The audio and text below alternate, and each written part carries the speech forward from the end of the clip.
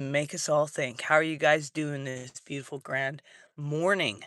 We have got everybody gathering. Let me just fix this.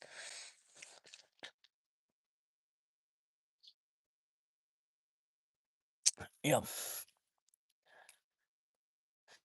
All righty. We've got a beautiful morning.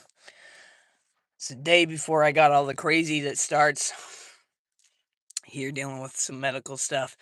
But excuse me, got myself a little tired there. Don't take much, but that's okay. Today has been a good morning. Got up, had an amazing meditation. I've been able to just write and come up with some amazing things to discuss with you guys. And yes, so let's get started. Looks like I need some oxygen. I'm sure you do. So let's take a deep breath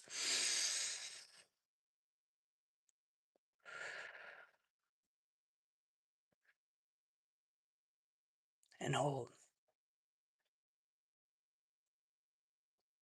Let it go. Let those shoulders relax and take a deep breath. Let the jaw relax and hold.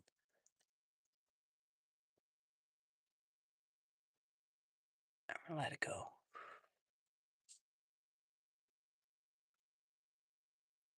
Another breath and hold. And let it go.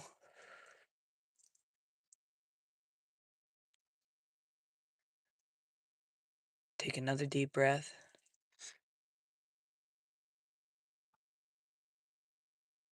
Hold.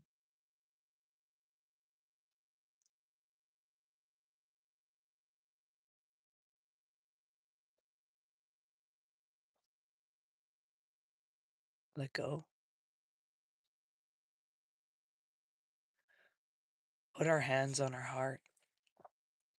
Take another breath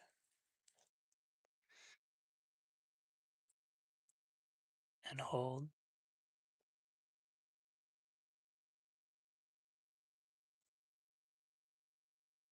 Let go. Now say to the body of the matrix to follow mindset Diablos. Deactivate. And now we speak to the divine. Spark of the divine creator mode. We say fully activate. Turn on. Take a deep breath.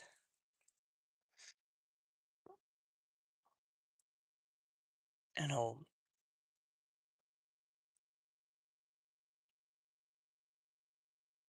Let go.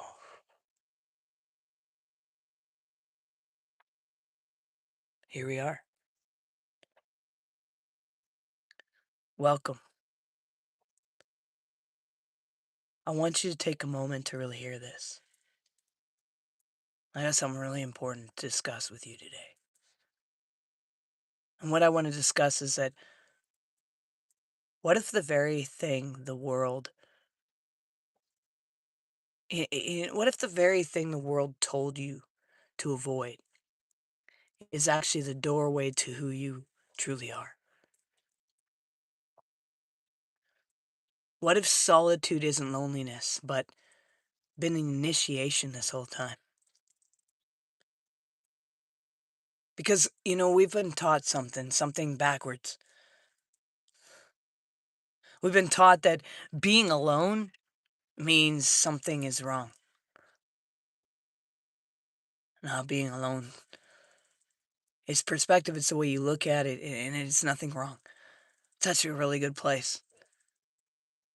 You've been taught that if you step away, you're lost, right? If you disconnect, you're broken. Or you could be schizophrenic, especially if you go away and you don't talk to your family anymore, or you separate from your relationships. But I want to offer you something even deeper this morning. More than that, you know? Something way deeper. What if stepping away is the first time you actually begin to see? What if that's when you see? You know, where you get so distracted in society and life.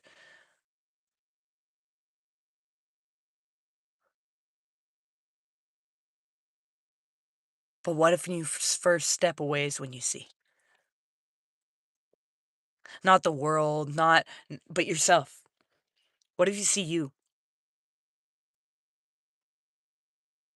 What happens when everything is gone, all the distractions, all of it? You're left with you.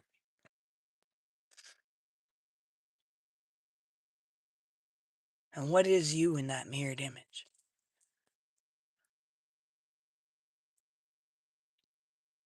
You see, from the moment we're born, we are conditioned into performance. Psychology calls this persona.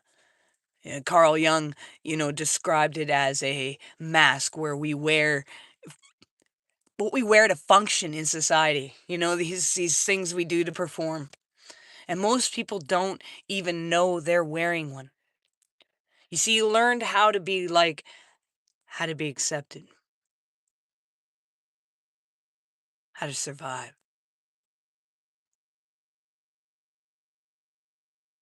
But in that process, you also learned how not to be yourself. What is yourself under all the layers?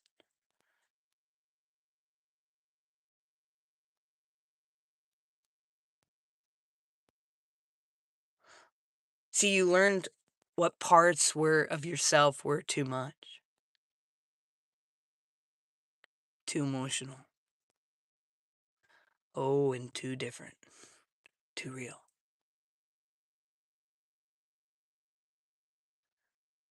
So what did you do?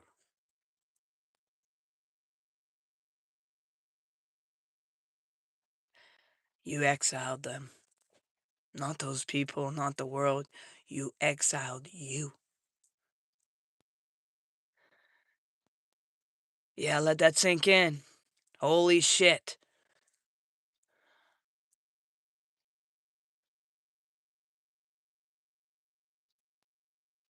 See, and over time, you didn't just wear the mask, you became it. This is why solitude feels so terrifying. I mean, it really does, is because here's where it gets really freaking real, man.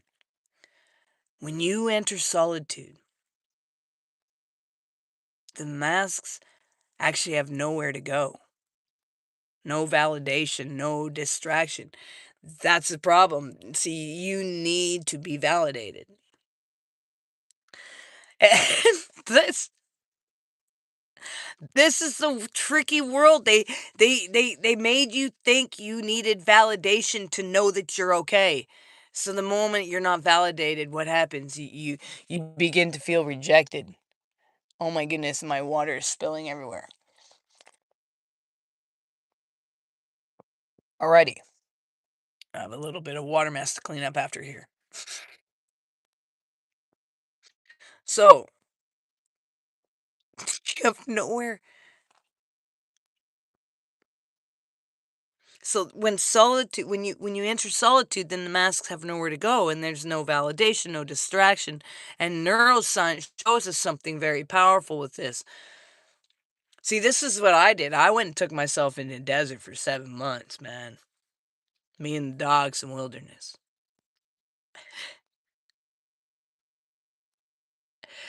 And I learned a tree doesn't sit there and make itself look different to fit in.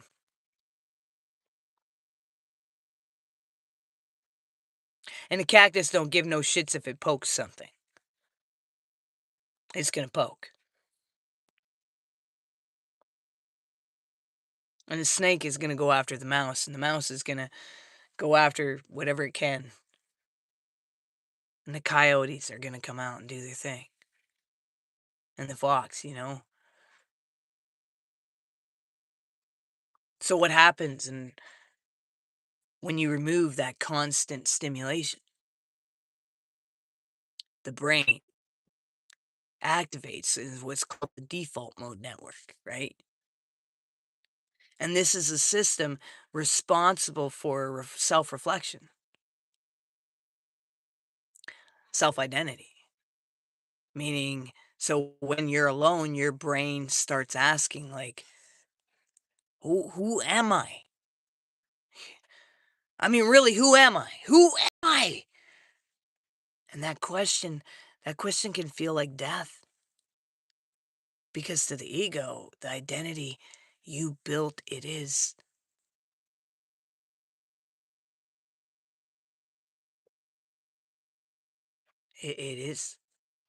it's death. See, Gnostics spoke long ago before modern even psychology came up with this. They described the world as kind of an illusion, a system that keeps people distracted from their true nature. Not evil in a cartoon sense, but deeply affected because it keeps busy, reactive, externally focused. And what threatens that system the most? Stillness, awareness, solitude.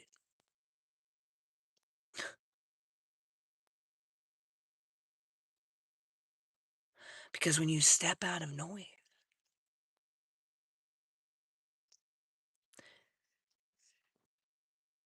you actually see what's yours and what's not, what's never been yours.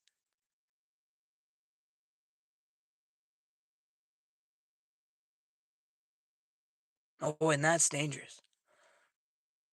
Not to you, but to anything that relied on your unconsciousness. I mean, anything.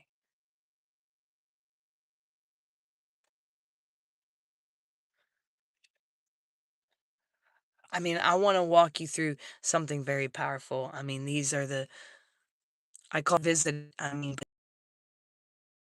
take the moment to stay in that place.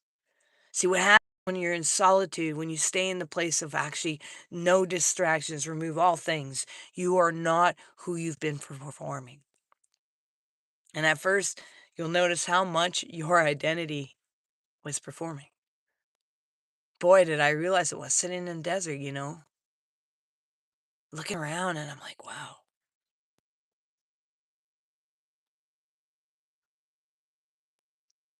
this hasn't even been me. You'll catch yourself even thinking, speaking, even reacting as if someone is watching, but then you realize no one is, and that's when it hits. Who am I without the audience?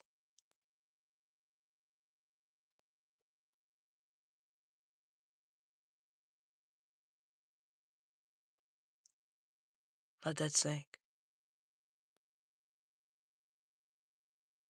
Who am I underneath all these masks I wear?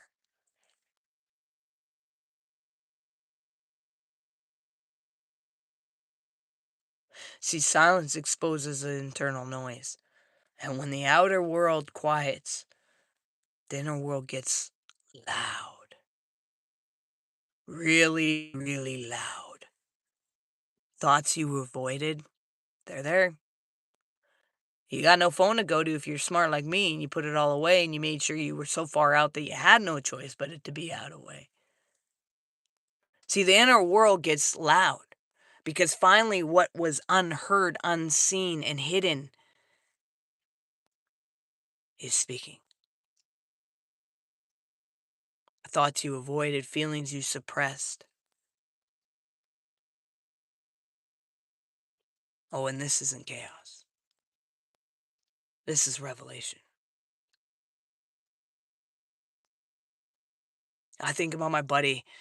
I have a really good friend who passed away in June of 2024 after going from foot from Canada all the way to Brazil.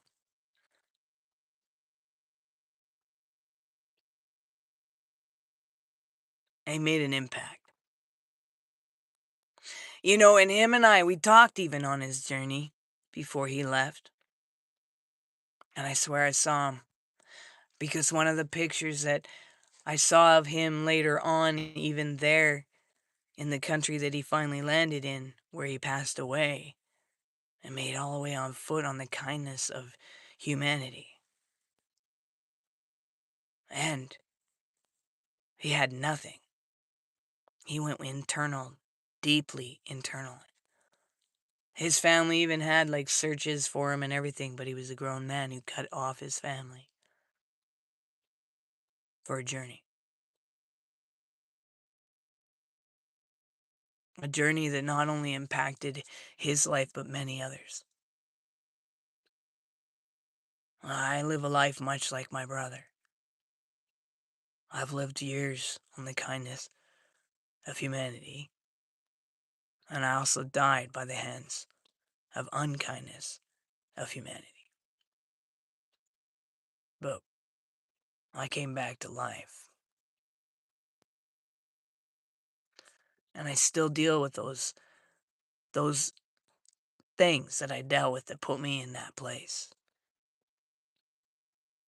But see, the thing is, it's amazing. We all have a time in our lives, you know, if we don't do what we need to do sometimes. These bodies, they have transitions. And it doesn't mean like anything. It doesn't stop existence. That's why this inner world is so valuable. Life in this illusion and what we comprehend is life, which is not, because we are made of energy, which shows scientifically you cannot create nor destroy it. And that's what you are. See, the thoughts we've avoided and the feelings we've suppressed, these have never been chaos. These have been revelation of truth.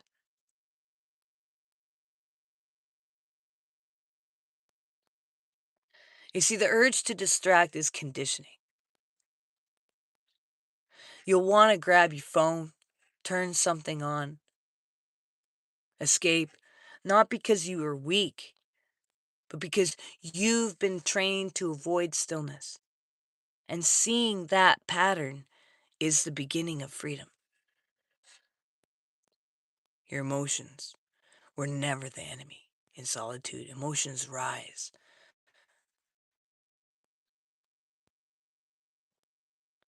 Not to break you, but to show you what you've been holding. Psychology now confirms suppressed emotions doesn't disappear, it awaits. Loneliness transforms into presence at first. Solitude feels like absence, but if you stay, it becomes presence. You stop feeling alone and start feeling with yourself. You see what you've been avoiding this whole time. Solitude removes the filters. You see your patterns, your fears, your truth, not as ideas, but as reality. And the false self begins to dissolve. The roles, the identities, the masks, they start loosen. And this can feel disorientating because if you're not who you thought you were, then who are you? See, I did this in a desert for 7 months, in the wilderness.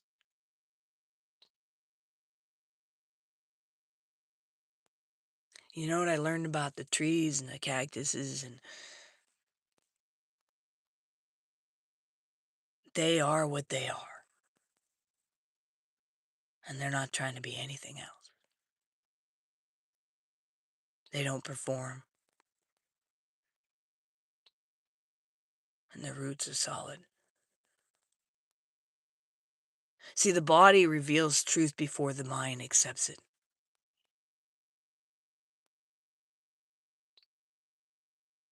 In solitude, we find this. We find the clarity. Your body has always known. and tension, anxiety, fatigue. And these are not failures, they are signals. And in solitude, you finally hear them. You reor- you recognize, you recognize them. You recognize them. You see them. They're right there. You're not reorganizing, putting them away. Societal program. You get to see them now because you're not in it, and you begin to see how much of your life was shaped by expectations. Expectations how to act, what to want, who to be, and you realize you were never meant to fit in a single mode. You meet your shadows. And Jung called this the shadow self, the parts of you that was rejected. But here's the very truth. Your shadow is not your enemy. It's not something you cast out. It's not some demon. It is your unfinished self. Your reclaim exile parts of yourself, your creativity you hid, the truth you silenced, the power you gave away. See, solitude becomes the place where you gather yourself back and you discover your true self is not constructed. And finally, when you realize something profound, who you are was never something you had to build. It was something you had to uncover. Now here's something most people don't even talk about. When you begin to change, others will react. Not always the support either. Sometimes with confusion, sometimes with resistance, because your solitude breaks agreements. It disrupts patterns, and people may try to pull you back, not because they're bad, but because they're still unconscious to it. And this is where you begin to see clearly who is aware and who is still performing. So let me leave you with this. Solitude is not where you go to escape the world, it is where you go to see it clearly. And more importantly, to see yourself clearly. So this morning, I want you to ask yourself, who am I afraid to be if no one is watching? What parts of me have I been hiding just to belong? And if I stop performing, who would I become? Because the truth is, you are not becoming someone new.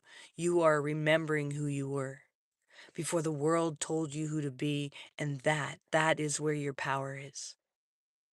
So take the time, sit with the silence, and meet yourself because everything you've been searching for has been waiting there this whole time. Never forget that, you guys. So peace and love. We'll see you guys tomorrow. Take care. 8 a.m. Mountain Time or Pacific Time. It's all on the same timeline right now.